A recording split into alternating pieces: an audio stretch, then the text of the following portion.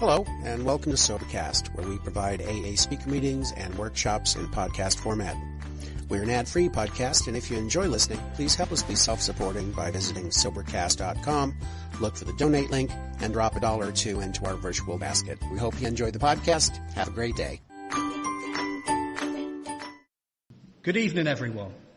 Welcome to the Road to Recovery group of Alcoholics Anonymous. My name is John, and I am an alcoholic. Could everyone please turn off their mobile phones or switch them to a silent profile, and please try to keep disruptions to a minimum. Also, please don't smoke e-cigs during the meeting. Alcoholics Anonymous is a fellowship of men and women who share their experience, strength and hope with each other, that they may solve their common problem and help others to recover from alcoholism. The only requirement for membership is a desire to stop drinking. There are no dues or fees for AA membership. We are self-supporting through our own contributions. AA is not allied with any set, denomination, politics, organisation or institution, does not wish to engage in any controversy, neither endorses or opposes any causes. Our primary purpose is to stay sober and help other alcoholics achieve sobriety. This is an open meeting of Alcoholics Anonymous. In support of AA's singleness of purpose, we would respectfully ask that sharing be confined to alcoholics, and when discussing our problems, we confine ourselves to those problems as they relate to alcoholism. There may be visitors here who are unfamiliar with our tradition of anonymity.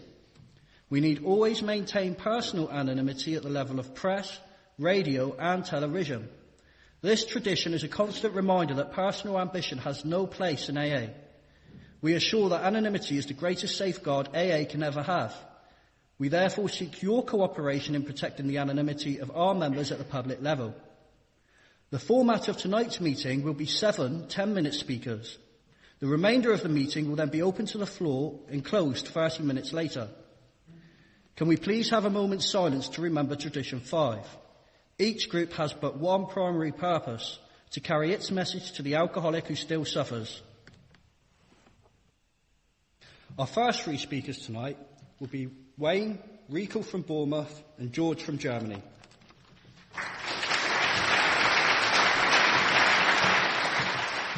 Thanks. My name's Wayne and I'm an alcoholic. Hi. It's great to be here. It's going to be same old, I'm afraid. If you're new, welcome to Alcoholics Anonymous. And if you're at the Road to Recovery group for the first time, welcome. It's great to see you here. And if you stay here, there really is no finer place to recover than with us at this group. So it's just a great place to be. So when I was new, I was just, quite a while ago now, I was just a shivering denizen, like it says in the big book. You know, I lived in that strange world of alcoholism. Everything was exaggerated, it was distorted, and I just worried all the time, and just life was just tricky. Life was it was tedious. It was dull. It was boring, and I would sit in my bed and I would drink, and you know, it was the little things that would get me all the time. You know, I would sit there, and you know, a car would go down outside, and I would just jump out my skin. You know, somebody would knock on the door, and they would slowly come up the stairs, and I would just, my knees would knock together with just terror, and I just didn't know what it was. And the only thing that would ever make that awful feeling okay would be the sense of ease and comfort which came almost immediately by taking a few drinks. And I'd take a few drinks, and all of a sudden, from being somebody that was just full of fear and just miserable and just leading a dull and tedious life, I became the person I wanted to be. I became the person that I thought you wanted me to be. And I was where the party was at. You know, things just changed instantly. And of course, I would drink, and I would drink too much, and I would get into trouble, and I'd do things that I desperately regretted. You know, I'd smash windows, get into fights, I'd cheat my girlfriend, and I'd do all these things. And and the next day I'd wake up, and I'd just be, you know, just that awful feeling, you know, that humiliation. You know, I've done it again. You know, I've done it again, and I would promise, this is the last time. You know, I will never, ever take another drink. And I genuinely meant that was it. I was not going to do it again. But I always eventually did. I always eventually succumbed to that desire to pick up another drink. And it happened time and time again. And I tried doctors, counsellors, treatment facilities, I tried all these things, and it all availed me nothing. It had no significant effect on the quality of my life. It didn't keep me sober. Within a week I was just pacing up and down, and I wanted to have another drink. And then I got to Alcoholics Anonymous. I came to meetings like this, and I would go to meeting after meeting after meeting, and I'd tell everybody how bad I felt and how awful life was. And it would give me temporary relief. I'd get back to my bed, sit in just that awful feeling of, oh, I've got to have another drink. Just to get rid of those awful feelings of just not feeling right and just life being so tedious. And I did it again and again and again. And that's how I went to these meetings. And, anybody that is new, it is not enough to come to a group like this or a meeting like this and sit in amongst so many people. And it's really wonderful to see a lot of people here. It is not enough. I went to meetings, I went to big meetings, and I sat in the middle and I spoke every meeting I could. I would share and I would let everybody know how bad I felt. But it had no significant effect on my life. It did not keep me sober. In fact, if you come to a meeting like this or any meeting and do that over any prolonged period, my life will get significantly and progressively worse. That's what happens to a person like me. I needed to take the 12 steps. So if you're new, just take the 12 steps. Get a sponsor, somebody that you trust, somebody that you're going to listen to. And I met these guys, and they were amazing. These guys were different. I came across these folks, and they just set the room on fire. These guys spoke with conviction. They gave me hope. They told me the most satisfactory years of my existence lie ahead, and that what I was suffering from, only a spiritual experience would conquer it. In that spiritual principles would solve all of my problems and all these things. I couldn't believe it. These guys were excited about Alcoholics Anonymous. They had a purpose and they were enjoying themselves. And I say, they told me to do these things. I get a sponsor to take the steps, to get involved in a home group. And they told me to do these things. And I acted on the information received. I was not only listening, I didn't just hear the words. I heard them sufficiently to be able to act on the information received. And I got a sponsor, and I allowed myself to be sponsored. And this guy took me through the steps, and nobody liked these people. I came across these guys, and nobody liked them. But and I did what they'd done, and I became like them. But we didn't care nobody liked us because we'd found something. And I knew with absolute certainty that I needed and wanted what they had, and I had to go to any lengths to get it. And they said things like, get a home group. And two of the most important things I found in 25 years of sobriety to maintain what I found have been sponsorship and being involved in an active home group. Being in the middle and being active and participating in a strong home group. And what I'd say, anybody that hasn't got a home group or anybody's thinking about joining a particular group, don't let the opinions of people whose sobriety you admire less stop you from joining the best group there is. This is a fine group, and there are many others like it. I would go to meetings and I would listen to these old fools, and they hadn't had a drink for I don't know how long, and I just didn't want a thing that they had. But these other people, that they were just different, and I responded to it. I needed to get a sponsor, somebody that would just encourage me and inspire me to get off my ass and get to the door and greet people and to help people. And when I did that, my life changed around. Because I had to take actions. I had to do things which seemed irrelevant. My sponsor would tell me to do things. It just seemed irrelevant to the problem I had. My problem was always the girlfriend. It was always something else. And I would whine on it, and he would tell me to go and work with newcomers. Why did I want to work with a newcomer? Bless you, lad.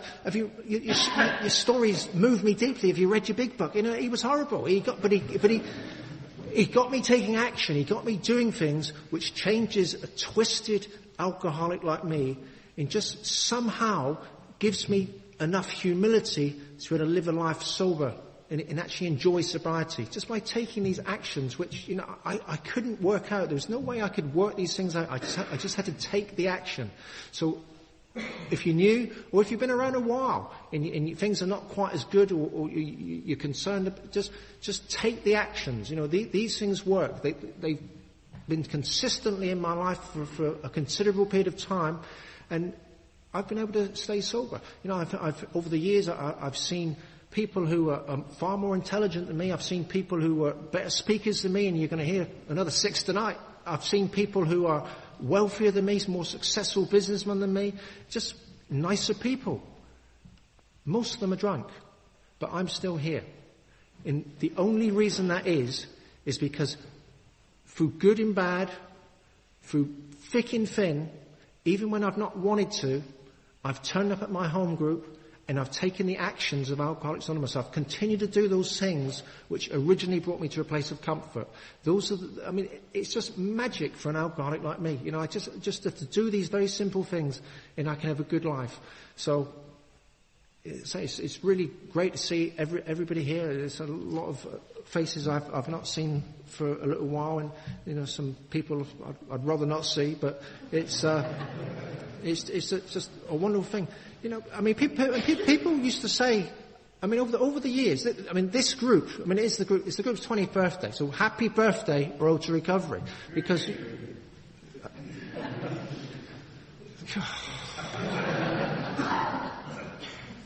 We were called the Magnificent Seven. We've been called a cult. We've been called the Magic Circle. We've been called clones. We're only good for newcomers. What? We're of the world. We're not of the spirit. All this shit I've heard over the years. But let me tell you something. For 20 years, this group, week in, week out, has been here helping people. And there are not very many groups that can do that. So we're doing something right. So just continue to do it. I've just got to try to turn up week in, week out, and just be the best example of Alcoholics Anonymous that I can be. And that's not always been a very good one. I just got to try to do the best I can. Just turn up, try and help people, and don't worry about what's new, cool, and trendy. Forget all that crap. Just do what we've always done. Just keep walking the road. Don't worry about all this, some of the shit I hear, am I swearing? All this stuff I hear, all this new, you hear stuff, this is the new thing this week. Then next month it's real meditation for real alcoholics. Next week it's, I've got to have an awakening. All this, just take the actions. Just do the things we've always done. And if we continue to take the actions, this will remain a great place to be for many, many more years to come. And thank you very much.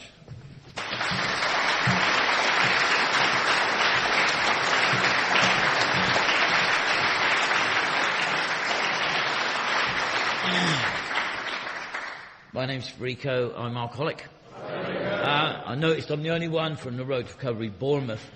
So I best do a good job or they're going to kick my ass, I think. Happy birthday, Road to Recovery, Plymouth.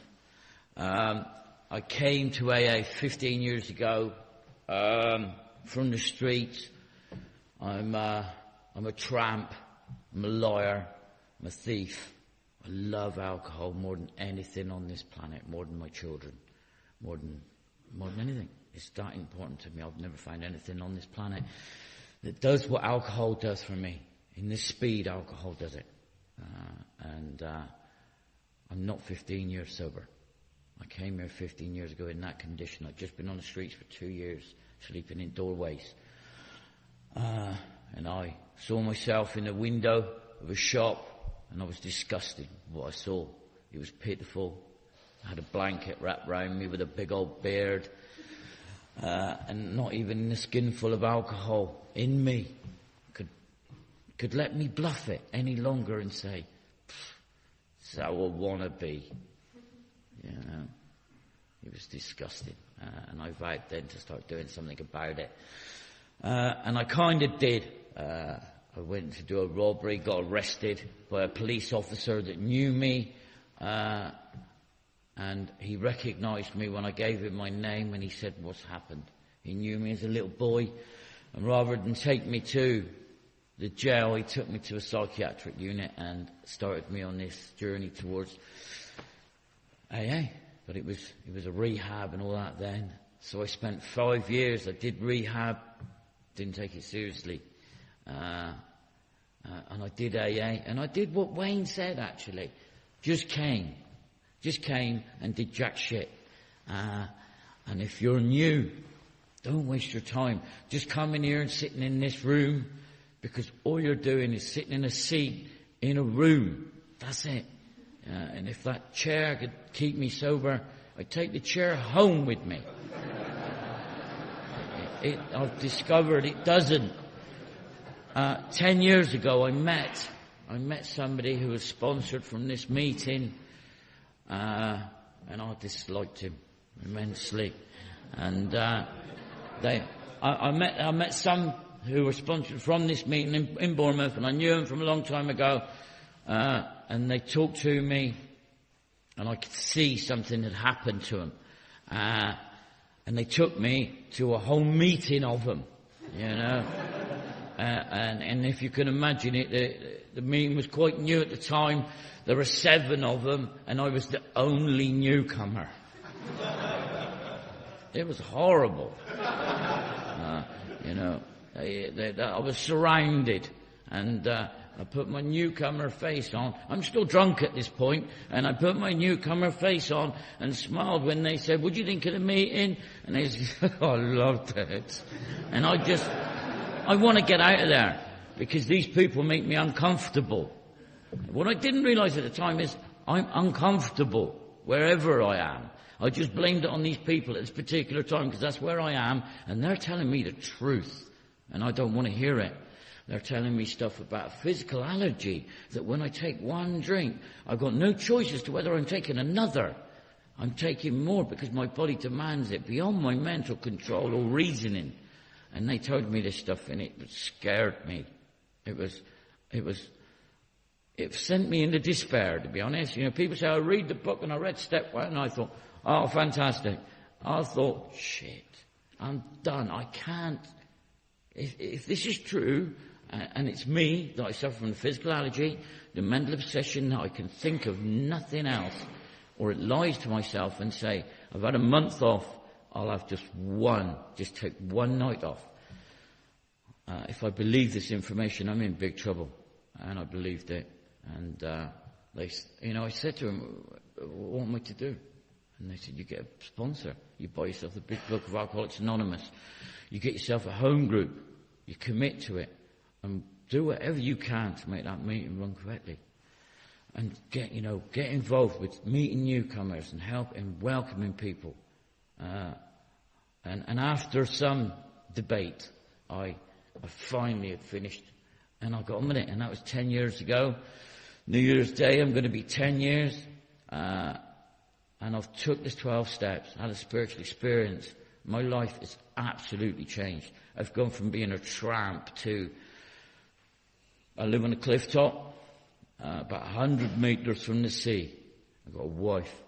I've got some beautiful children. I've got 2 children back in my life that I abandoned for 15 years, that the steps put me back together with.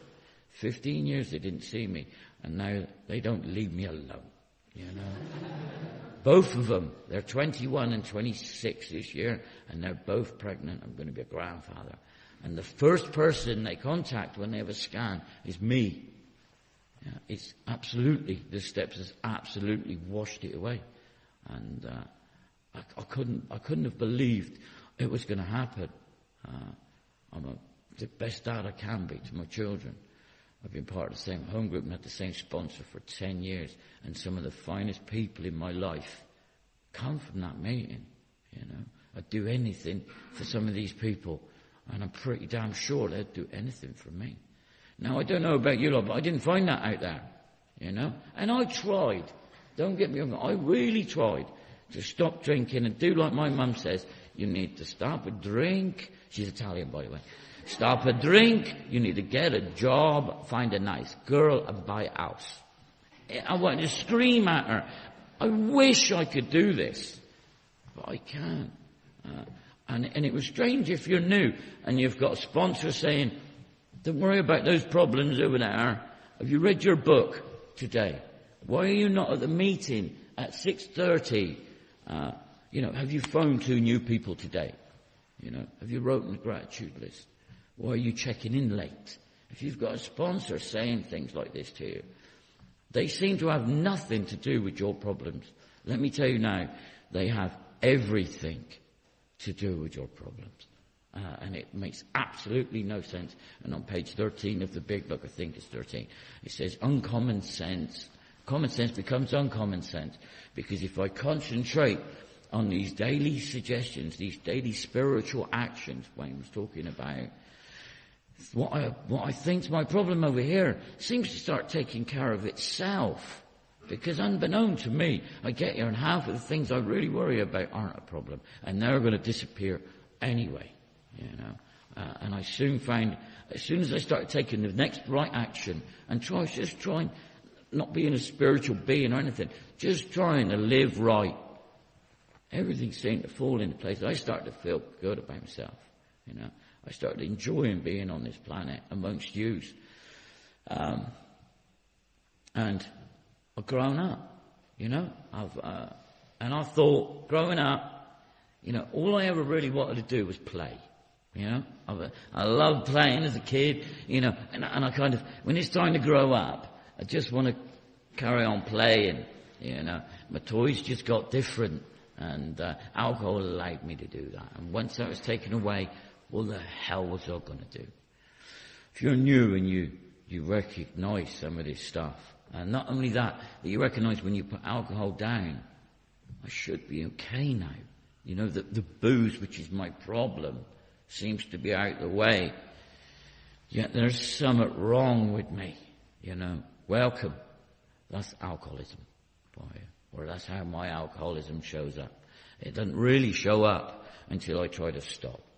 Everybody knows you're going to have problems falling over drunk. That's obvious. The baffling part was knowing that I've got problems sober, and they appear to be worse. And the only solution I've found is as boring as it's going to sound, getting a sponsor, getting yourself a home group, truly committing to it like you've never committed to nothing in your life. Taking the daily spiritual actions, and just throwing your whole life into it, because it sounds crap if you're new, but look at my life from a trial to what I've got now. If I'd have known that back then, and if you knew what's to come for you if you recover, you'd be on fire with it. You'd be ripping the next suggestion right off your sponsor and doing it. Do you know what I mean? I've had my 2-minute light, so I'm about to shut up. But very grateful to be here. I hope I've done the Bournemouth group proud. And now I'm being told to stop, so I'm going to sit down.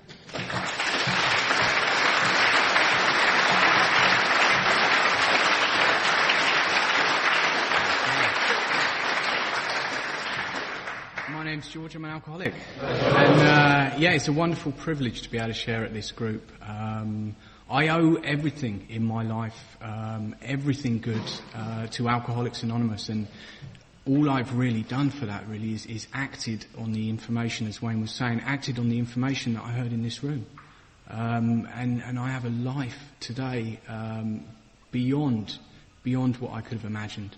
And this is me, left to my own devices, I am a complete failure in every aspect of my life, and I would never have believed it.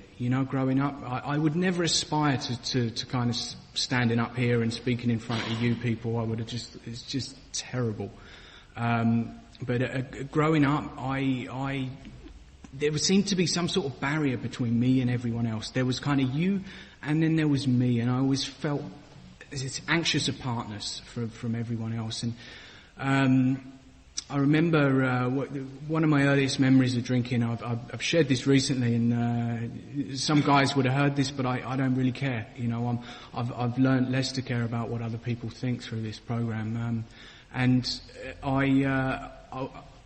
We stole a bottle of drink, my earliest memory, and had a few slugs, and it did something for me. It transformed me internally from this kind of shy, nervous wreck into what I thought was kind of James Bond. I could suddenly talk to girls, and we were with these girls in an abandoned building, and kind of my arm would go up around her, and I'd pull her in closely. I was cracking jokes, and then all of a sudden I just throw up all over her. And that's kind of sums up my drinking, really. The fact that I just always took it a step too far. And if that was only my problem, I would have been all right. So you see, when I could reel myself in at times and say, right, that was a bit too much. I've really got to stop drinking. And when I did that, it was a bit like holding my breath. You know, my life would become very, very difficult. The kind of the oil in my brain would kind of cease working, and things would kind of just seize up and grind up, and I seemed to suffer from this kind of low-level depression that would just eat away at me. My employer was just always so demanding, and I just hated the place where I lived, and if only I didn't have a girlfriend, that was always the problem. And then when I was single, I was so lonely, you know, and whatever seemed to happen in my life, I would always go back to drinking, and I could give myself no explanation for it. I would have traded every single thing in my life for that ease and comfort that drink gave me. That feeling that alcohol once produced that I tried to chase, I would have traded everything, and I did. I lost relationships, I lost jobs, and in the end I came to Alcoholics Anonymous and realised that I'm not like you. That's what I believed. I thought, I am not like you people, because when I stop drinking, my problems begin. And I was working in psychiatry at the time and thought that lack of sunshine was my dilemma. I thought, if I just get out of this country, I'll be all right. You know, and I went off to Portugal, and 2 years later I was sitting baffled and confused and broken, but with a suntan. You know, and nothing changed. And I came back home and tried a detox, and by this time my father was in AA, and even worse, my mother was in Al-Anon. That really, just threw a spanner in the works with my drinking. And I said to him, this time I mean business. I mean, I'd meant business for the 2 years before. I had been going to meetings through this time. I'd been kind of sharing, as has been mentioned, and my life changed. It got progressively worse over a period of time, you know, through just attending meetings and doing nothing. And this time I meant business, and they went on holiday for 2 weeks, and I emptied their bank account and drank again. And at that point I thought, before they got back, it would be a good time to get into rehab. So off I went, spent 6 months kind of talking about me and my problems and how I felt and what I thought of you. And at the end of that, I got discharged. I was unresponsive to conventional therapy, and that was my last hope. The fact that you people could fix me, you know, in the therapy. And I thought, what is there now? And I remembered a message of hope, a message of depth and weight that was shared in a meeting just like this. And I thought, maybe, just maybe, for someone like me there might be hope. And so it was kind of a toss-up between killing myself and going and kind of getting a sponsor and going and do the steps. And I thought long and hard about this. It was a tough call, and I was out of options. So I thought, I'll tell you what, we have compromise. I'll do it for 6 months, and if it doesn't work out, I'll shoot myself. Because I tried everything, and the only thing worse that I could think of than drinking again was kind of living that way that I've been living for another 10 years. I would have just killed myself. So, you know, I went to this group, and I got a sponsor, and he gave me the most ridiculous things to do. You know, getting on my knees, phoning up a couple of new people, being on time, early for my home group. And I thought, this is a joke. You know, this really is not going to solve my problems. You know, and I remember phoning him up about a week into it and telling him, you're complaining about something or the other. He says, yeah, do twice as much. And I thought, it just became very apparent he wasn't listening to my problems here. And, you know, I said it again, and he said, yeah, do twice. And I thought, I'm going to prove you wrong. I'm going to prove you, for people like me, this does not work. So I did 4 times as much. You know, I was going to, wore out my knees through praying so much. And lo and behold, it changed my perception. That nagging feeling that wouldn't it be nice just to have a couple of drinks has left. And that has not returned in the last 8 years. More than that, you know, going through the process of the steps was just a phenomenal process. It gave me such freedom from self, you know, confidence, that ease and comfort that I sought all my life. I found through the process of the 12 steps and continue to enjoy to this day. You know, I was told to get to meetings early and shake everyone's hand, and I thought, well, what about me? I'm new. You know, people should be coming to me. But regardless of what I thought or how I felt, I just acted in accordance with what my sponsor said. And amazing things happened. Just at the point I got my sponsor, I went to the doctor and they signed me off sick for 2 years. I mean, that's my mental state when I don't drink. That's 6 months sober. 7 months later, I was working for the very organisation that signed me off sick as a result of, continuously turning up at my home group on time, getting involved in service, and all the rest of it. And wonderful things have happened. I met my now fiancé at that time, and we moved over to Germany. And I remember getting involved in AA over there and thought, well, it's continental Europe, a bit more relaxed. Maybe I don't need to do so much over here. Got no sponsor. No home group, and just kind of kick back a bit, and open myself up to a world of pain and misery. I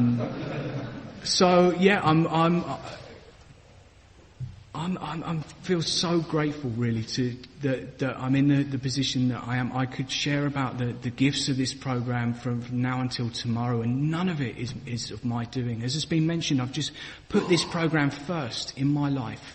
And every single thing else has taken care of itself. The principles of the steps and the traditions in my work, and everything has just taken off. It's just taken off, and I would never have chosen this life. I would never have believed it. And if you're sitting in this room tonight and you're thinking, well, I'm not sure. I sat in meetings for years suffering with alcoholism. And all I needed to do was just ask someone to help me and do precisely what they'd done. And I can't believe it. I can't believe that this wonderful journey has happened to me. And I'm sure if you're new tonight, it can happen for you too. I'll leave it there. Thanks.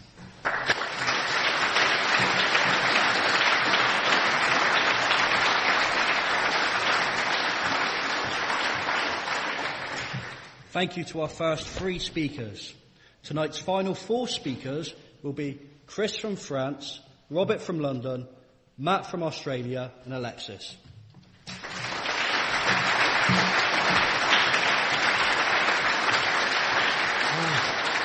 My name is Chris and I'm an alcoholic. Hi, Chris. My sponsor said, don't spend too much time thinking about reminiscing about the old time and bring it back today. So I'm going to do completely the opposite. And I'm going to reminisce a little bit. Yeah. We call this group the road to recovery. It's a road to somewhere. It's not going nowhere. It's going to recovery. I stand in front of you today, and I today am recovered. I have no desire to pick up a bottle of drink. I actually have no bad feeling to any human being today. And so today I'm recovered. And what did I have to do to get there? Well, I lived in Plymouth bus station. Now, that was my home. And there was this kind of, Wayne talked about the insanity that, of going doing the same thing again and again and again and again and expecting different results. Well, you see, I think it's deeper than that. I think back then, my insanity, there used to be the Samaritans would come round. It was January. It was cold. And they would give us blankets. Right? I would thank them and be nice to them. I would lose the blanket. I would then blame it on them. I would say, your life is a waste of time. I would shout at them, going, you're useless human beings. You're pointless. The only way to live life is my way. And I was cold in Plymouth bus station. So finally, when I was on my knees, I went to meetings. And I heard about these meetings. I had 4 sponsors. 4 sponsors. And the reason I chose them was I identified with how much they wanted to drink. That's what I identified with. Nothing else, just that they really wanted to drink. I'm like, yeah, I'm like that. I'm like that. I really, really, really want to get out of it. And so I took them on as sponsors. All 4 died an alcoholic. And it was somebody who isn't here today, which, I pray that he was here today. But he came and he said, I found this group of people. And they were a group of people, and they're called the Joys of Recovery. And I was told by the other people in the fellowship that they were the crazies. Don't go anywhere near them. But this friend of mine who I'd come to bond with in the fellowship, he said, Chris, come with me to this group. And I went, and I was desperate, but I also wanted to, because I had these voices going, the joys of recovery are extremists. They're like at the extreme end of this. And that's the attitude I came into the meeting with. I didn't leave with that attitude. They were the first group of people to actually see that I had an opinion on all the steps and all the traditions, but they realised I couldn't read. So all my opinions was not informed. I was not informed of how to get well. I wasn't informed of that. I didn't get it. I got that from anybody I heard it from. I grabbed it, but I wasn't informed with the facts. The facts are written down. This group, they came round. I was still living at the bus station, and then they came round and they taught me how to read, page by page by page, of the basic text of Alcoholics Anonymous.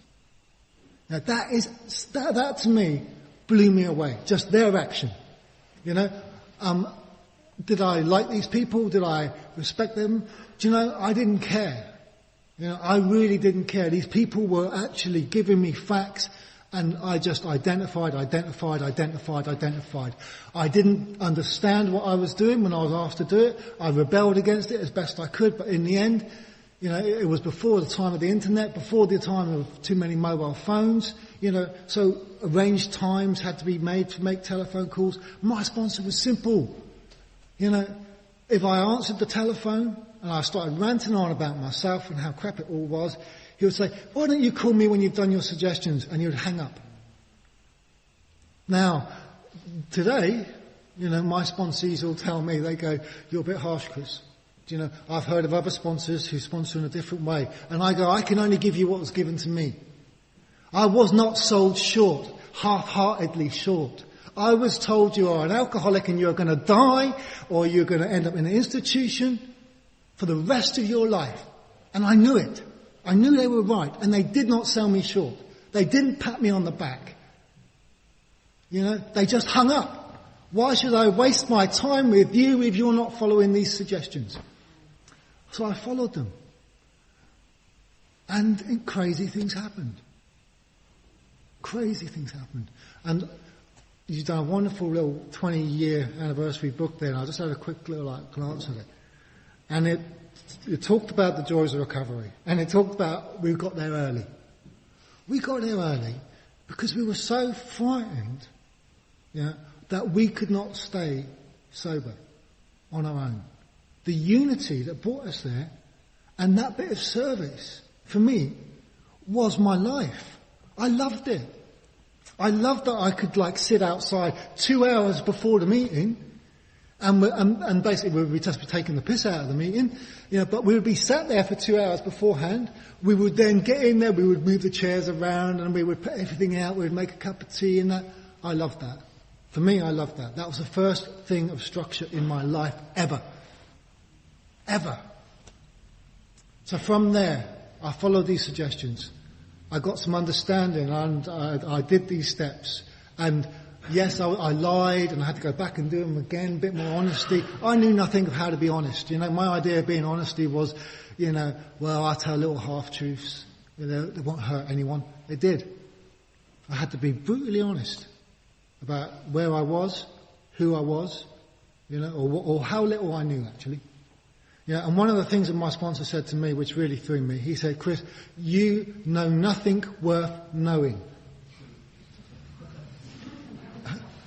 To someone like me, who is full of themselves, I am so self-centered and so big up ego.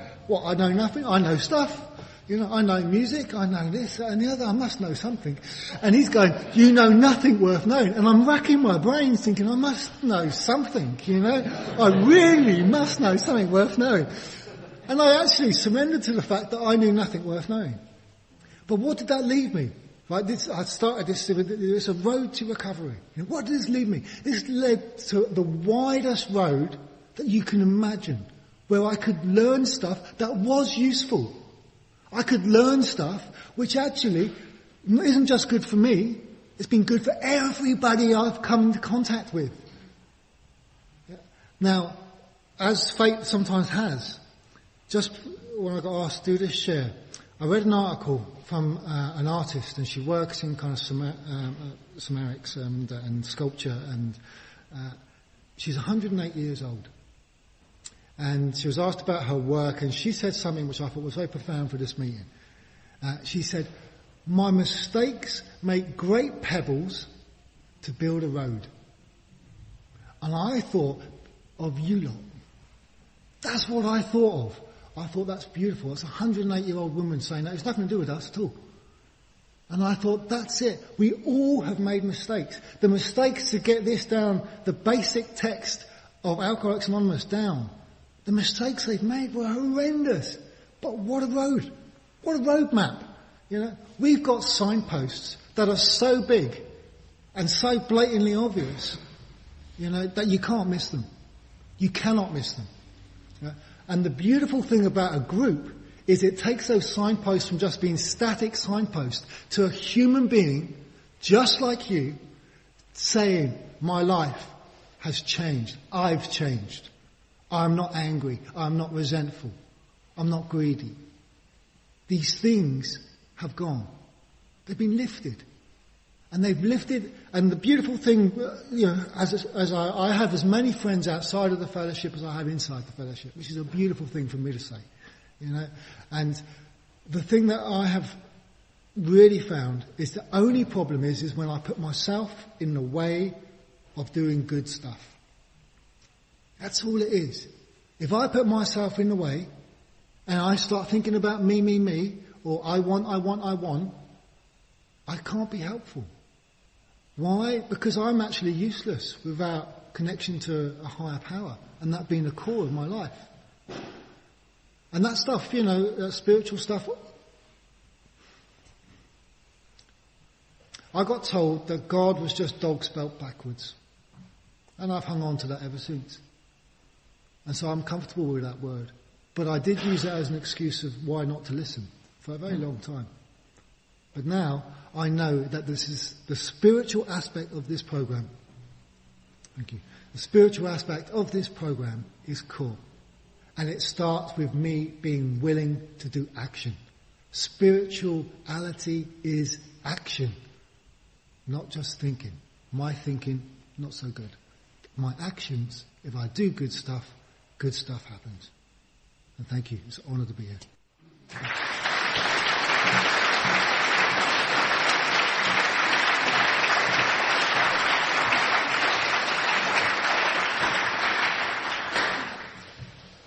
Hello everyone, my name's Rob, I'm an alcoholic.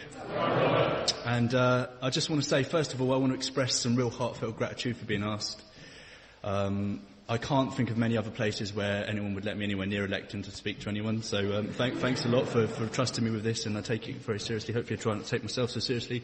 I hope you laugh at some of my foolishness. It's if it's not world-class foolishness, it's certainly Champions League, like, you know, it's pretty good, you know, and all I can say is that I just share, I mean, everyone's covered it quite masterfully, but all I can say is that, you know, from the very first time I remember having my first drink, I felt like I arrived, you know, I felt like I'd arrived, I felt like I was on the firing line at life at last. I felt like I'd become someone.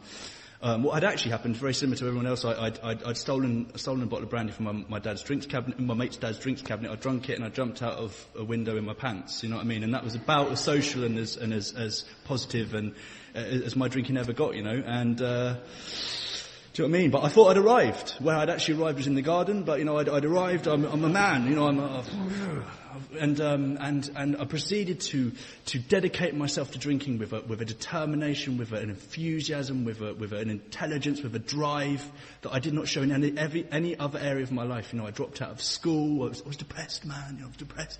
But I was, you know, if my mates were meeting up to drink cider on a bit of waste ground, I would be there early. Promise you. You know, I can see where the idea of getting there an hour early comes from. I already did it. I already absolutely did it. I would be there early. And I'd probably already be drunk. You know what I mean? I was taking this stuff seriously. And I remember, you know, for example, I mean, I won't go into too much because don't have too much of a drinking story, but essentially, you know, I remember, if I'd overcome my fear of getting ID'd to buy a drink, because I just thought, I can't be around you people without drink. I can't be around. This is happening. This is important.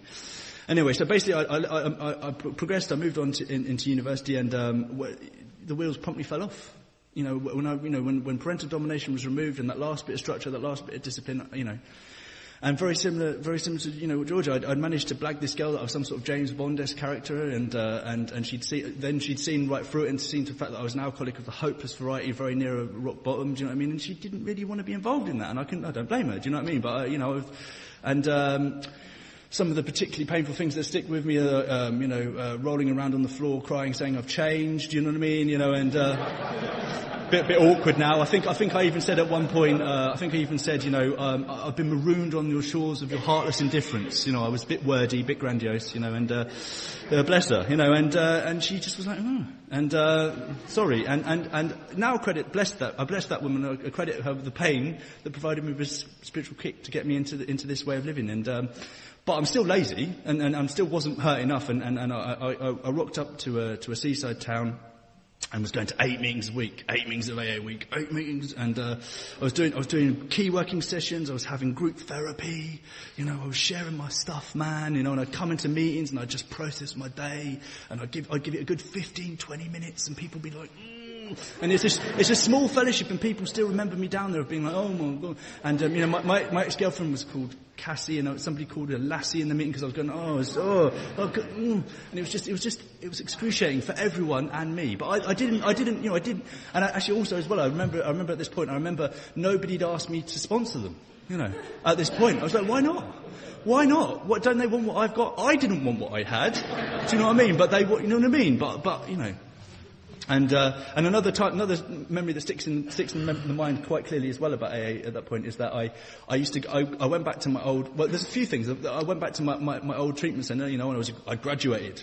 I was supposed to be this really, and I was so wrapped up in myself I didn't notice it, but people told me afterwards that the whole ground floor would clear and everyone would rush upstairs because they just didn't want to listen to the stream of consciousness of self-pity and misery that was spewing from my mouth. But I couldn't see it. I just couldn't see it. They'd be like, how are you? And I'd be like, oh, it's tough, man. It's tough out there, the DHSS want me to get a job, I'm not ready, man, I'm chemically dependent, and it's hard, and, I'm thinking about doing all this and that, and everyone's just like, what? And then of course, and I didn't want what I had, I really didn't want what I had, but I didn't know any other way of being. I just did, and this is the thing that's really opened my eyes about alcoholism, is that, you take alcohol out of me, and I get worse, that's the real, thing of this situation. I get worse.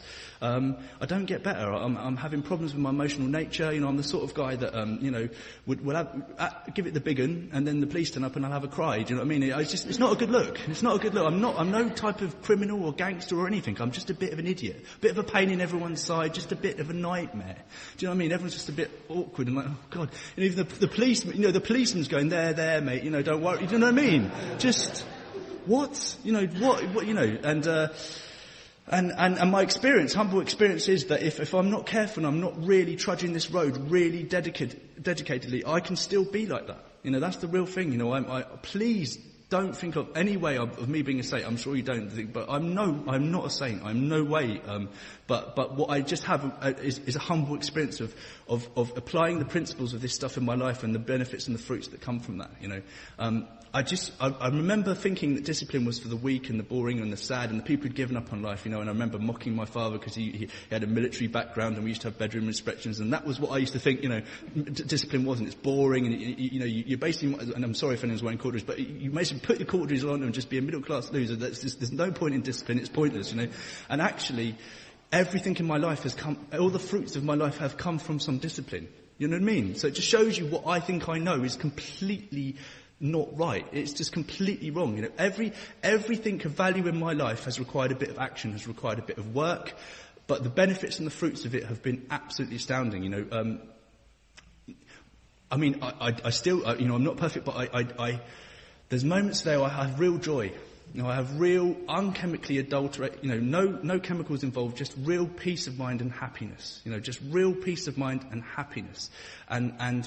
And the thought and obsession of having a drink has been lifted from me. And I can assure you that when I first came to AA, that's all I could think about. That's all I could think about was a drink. You know, I'd be gutted that I would end up in Weymouth and it had more pubs per capita or whatever, all this, and I just couldn't get it out of my head. And now I very rarely, if ever, think about having a drink, you know. And I've been relieved from the bondage yourself, and it's just exactly what everyone has shared. And I love the way that in this fantastically enthusiastic expression of AA, everyone just talks about what they're doing, because it's been my actions that's been absolutely the key to any sort of contented sobriety and any sort of recovery and any sort of joy, you know. My sponsor is very similar. I mean, I have to, you know, if I'm sponsoring someone, I have to be very similar myself, you know. I wasn't working at the time, and he'd hang up on me. He definitely would, or he wouldn't answer. And I'd be like, what?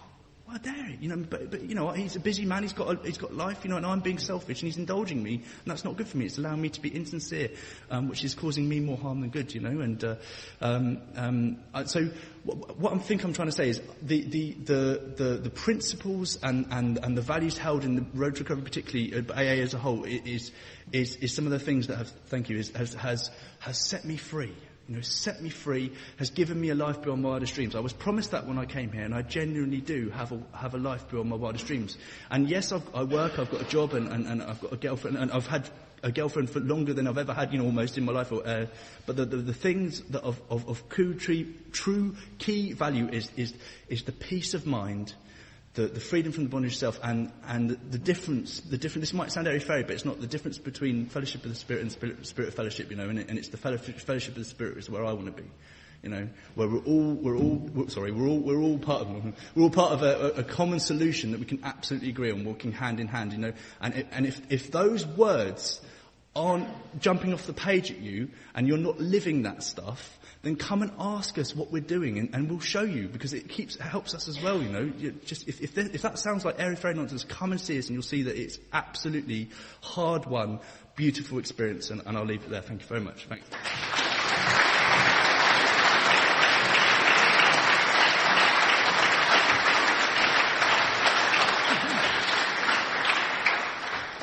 G'day, my name's Matt. I'm an alcoholic. And yeah, what a thrill to be here.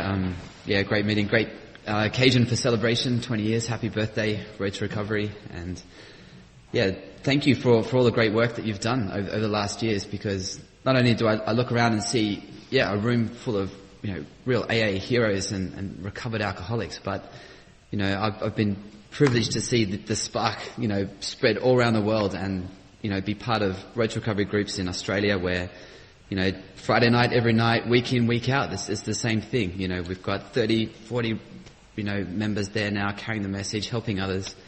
And now in Germany and seeing that fire start up again, it's just such a thrill to be a part of that. And thank you, really, on behalf of everyone else too. So, and this works. I mean, it's powerful stuff. It keeps a guy like me, like a hopeless alcoholic. It's not only am I sober, but I'm free. I'm living a life that is just is wonderful.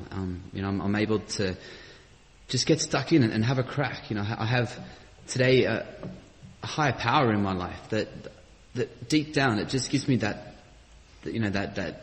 assurance that everything is going to be okay no matter what. And with a power like that working in my life, I just don't need to drink, or I don't need to take any mind or mood altering chemicals. I'm just okay with you, I'm okay with me, and it's priceless. And for that, you know, I owe you, you know, all the biggest thanks I can give. But yeah, you know, someone like me, when I first came to AA, as I've heard, like it was all a bit too much. You know, it was pretty full on. You know, I didn't want to be an alcoholic, and I certainly, you know, had a lot of trouble, you know, accepting that. But I guess just from years of repeated experiences, I remember when I left my fifth rehab, and it dawned on me just how serious this is, and just how much trouble that I'm in. And I had that realization that, oh my God, I'm gonna drink myself to death, and there is nothing I can do about it. All I can do, you know, the best amount of willpower and strength that I can muster is I can just postpone it. I can just put it off for a couple of months, you know, but inevitably there will come a time and a place when when I will drink again. And for me, in the end, it was to drink is to die, because a guy like me, like when I drink, I get that sensation that I've heard tonight, that ease and comfort. It comes at once, but that's immediately followed by a phenomenon of craving. It just compels me to keep drinking, drinking beyond any kind of control I put up in front of that. Like my last days of my drinking, I would borrow my mum's car to drive to work where I worked in a bar, as a controlling to not drink. I've got the car, I can only have 2 drinks. Yeah, for some people that may work, but for a guy like me, it just doesn't. I'll have those 2 drinks, I'll get that ease and comfort, but immediately it's just like, just one more, just one more, and I'll tell myself this, and I'll think, well, I've got the car, so I'll drive home. So I'll drive home, but just when I'm about to get to my house, I'll go to the 24-hour pub and I'll have a few more beers there, and then I'd have this car, and it'd be this mental game where I'd just be trying to manage this alcohol that was just going out of control, and I would just it was crazy, and I would end up just buying all these beer bottles and filling the car up with beer bottles and just going home to finish the job, and every night was like that. Once I started, I could not stop, and I'd begin to black out, where I would have periods where I wouldn't even remember like parts of the night, and that would just terrify me. Like I'd come to on the other side of town, wearing no shirt, with a shopping bags full of like corn chips, and just kind of just the horror of coming to it, and it was horrible. But once I got to that point where, it was like, that's it. I cannot drink again. But I can't not drink. That was really, like George was saying, like, if I could just leave alcohol alone and not drink, that would be it. The problem's solved. But it's not. It's the beginning, and it's in those periods that I understand today that, when I'm not drinking, that's when alcoholism it just drives me insane. I suffer terribly in sobriety. I suffer, I get restless, I get irritable, I get discontent.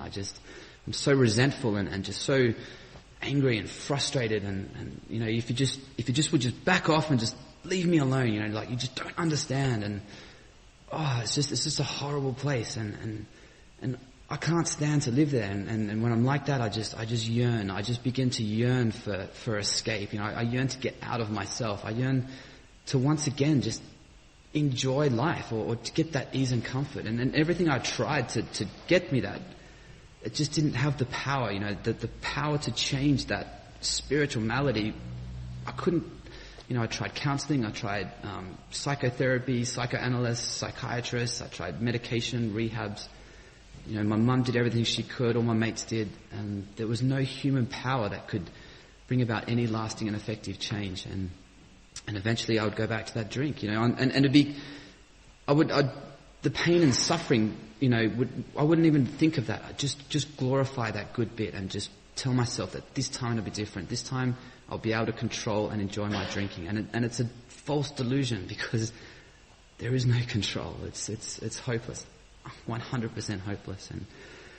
But like I said, when I came into AA, I had that full knowledge of, there it is, man, I'm an alcoholic of the hopeless variety that's described in this big book, and I just knew how much trouble I was in, but thank God for AA, and thank God when I was at that point, I'd done that step one, I'd thrown in the towel, I surrendered, there was no fight left, but immediately, you guys just saved the day, you were there, you were at meetings of Alcoholics Anonymous, and you were doing the 12-step work, and you went out and found me and brought me here and presented to me a way out, a solution to my problem.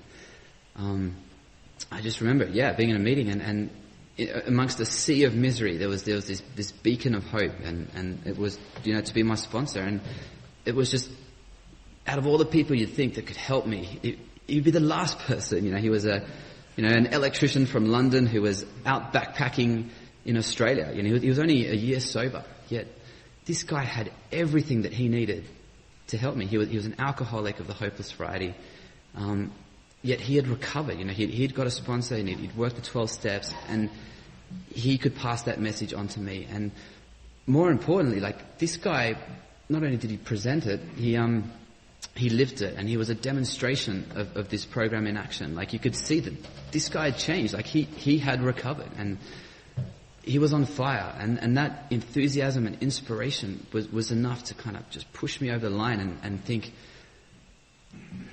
yeah, I'm just going to ask this guy for help. And asking for help was the hardest thing I ever done.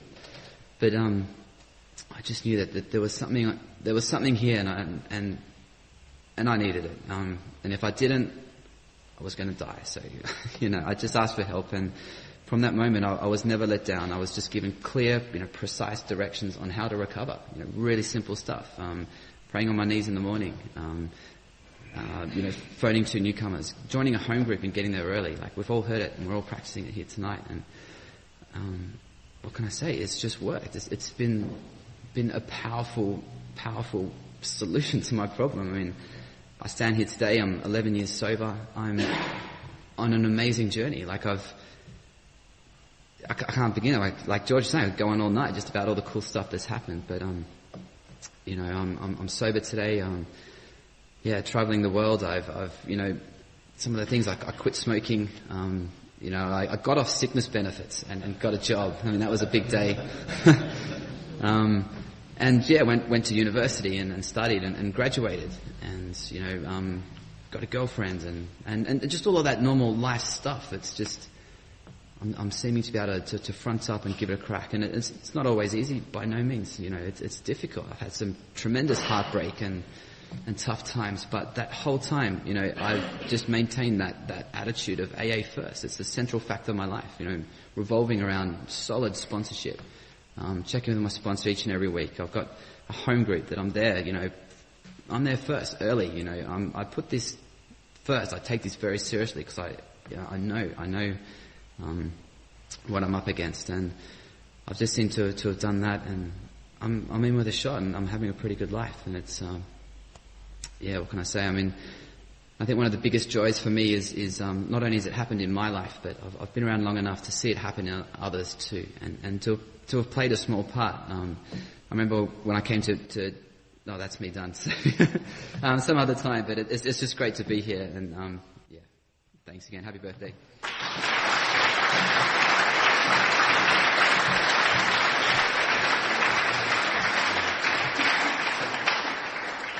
I'm Alexis, I'm an alcoholic, and it's great to be speaking at my home group on the 20th anniversary night, and it's going to be a great weekend, and it's exciting to see the book at the back there, and it's been a long 20 years. I can't believe it. I was 23 when I got sober. I was 24 when we started this group.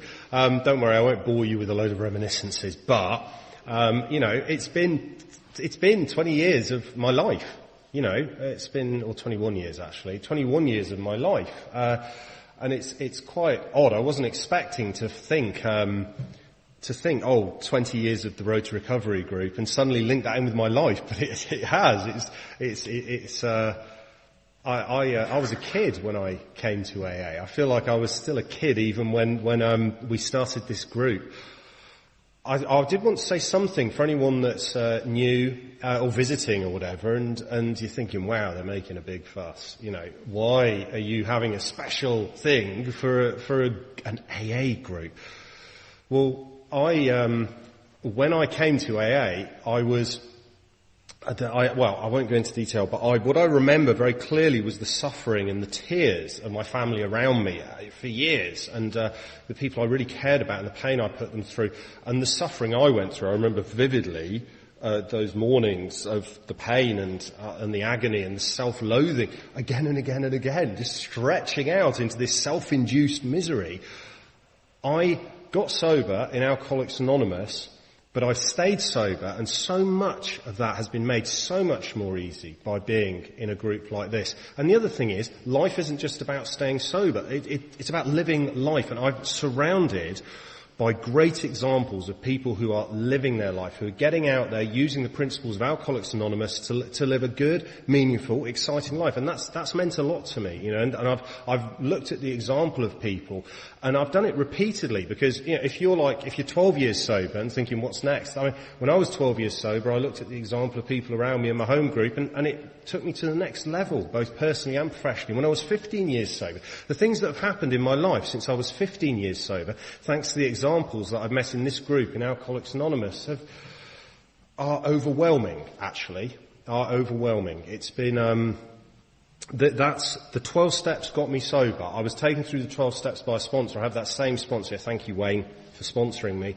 I have that same sponsor. And I'm a guy who is full of, my natural state is to be full of conflicts, I remember when at work, my work's going so well at the moment. It's going so well. And I remember when at work, it was like a year ago, 2 years ago, all these idiots started turning up and sitting in the same lab as me.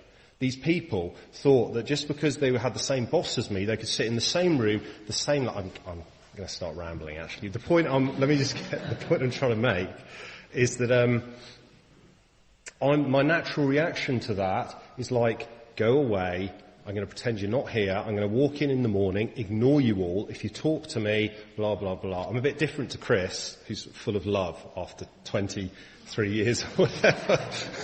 I'm still a conflicted man, you know, and alcohol always used to release those conflicts. I don't have alcohol anymore. What I have is the 12 steps of Alcoholics Anonymous, the fact of being sponsored, and the fact of having a group like this, and it's hard to explain, but it's like there's this extra flywheel in me that's like going all the time. And nothing can deal with that energy apart from, it would appear, being very involved in Alcoholics Anonymous. It doesn't matter how well I do at my job. It doesn't matter what happens in my personal life. There always seems to be this part of me that cannot be fulfilled by anything but Alcoholics Anonymous. And being a part of a group like this, you know, I talk about being a member of AA, and that's true. But, you know, AA is, what is it? They're 2.5 million people worldwide. I'm not a member of an organisation. I can't imagine 2.5 million people.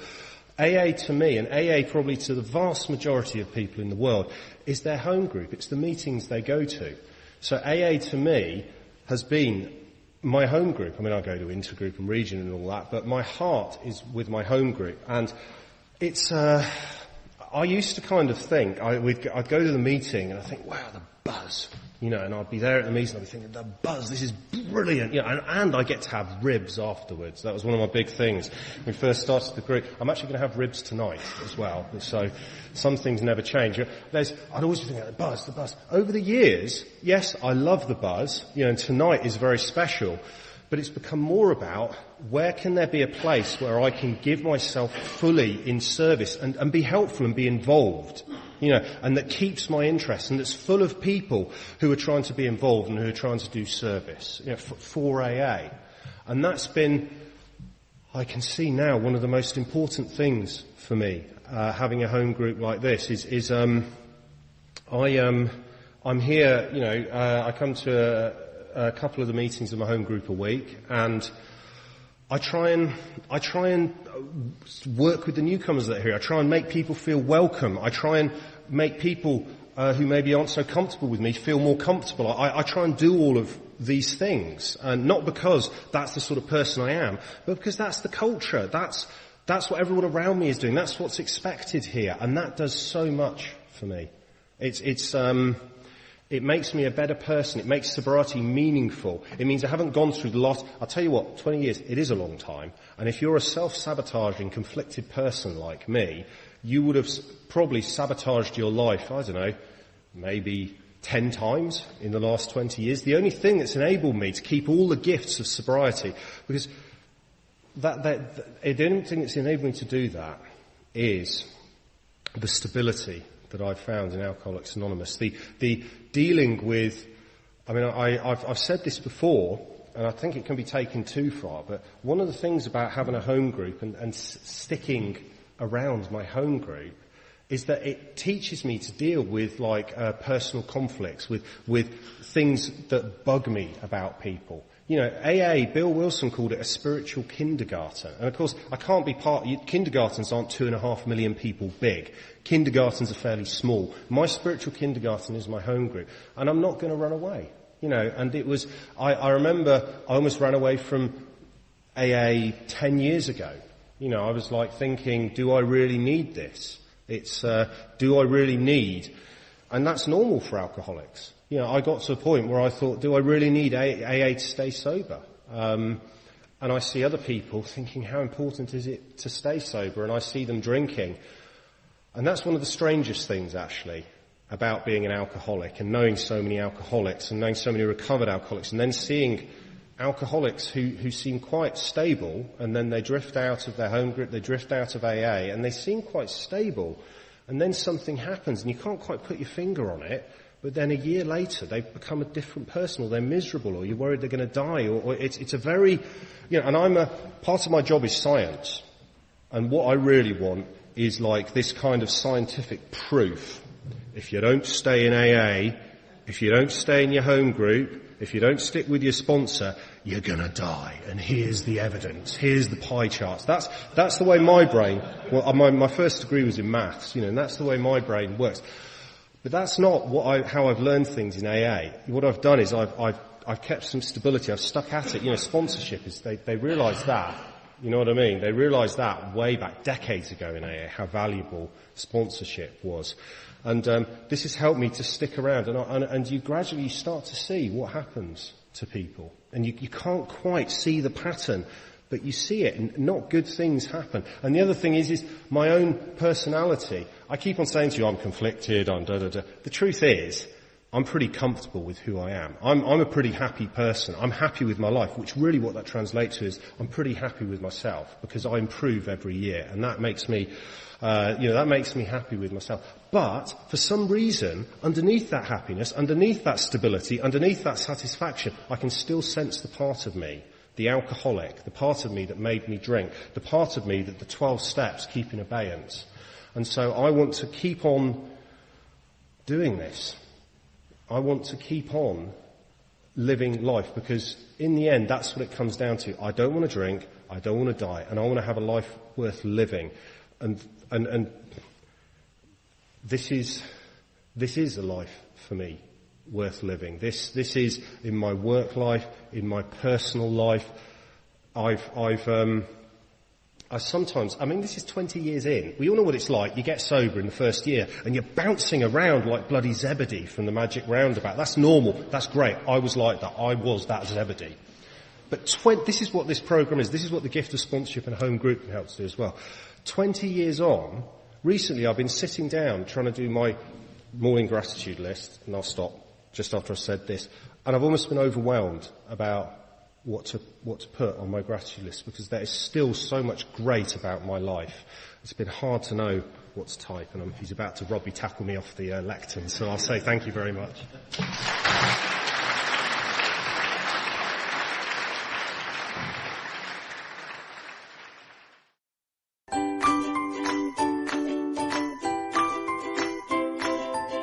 Thanks for listening. I hope you enjoyed the podcast. Sobercast is ad-free, and we'd like your help in order to keep it that way. So if you'd like to help us be self-supporting by pledging $1 or $2 a month, visit Sobercast.com and look for the donate links. Thank you very much.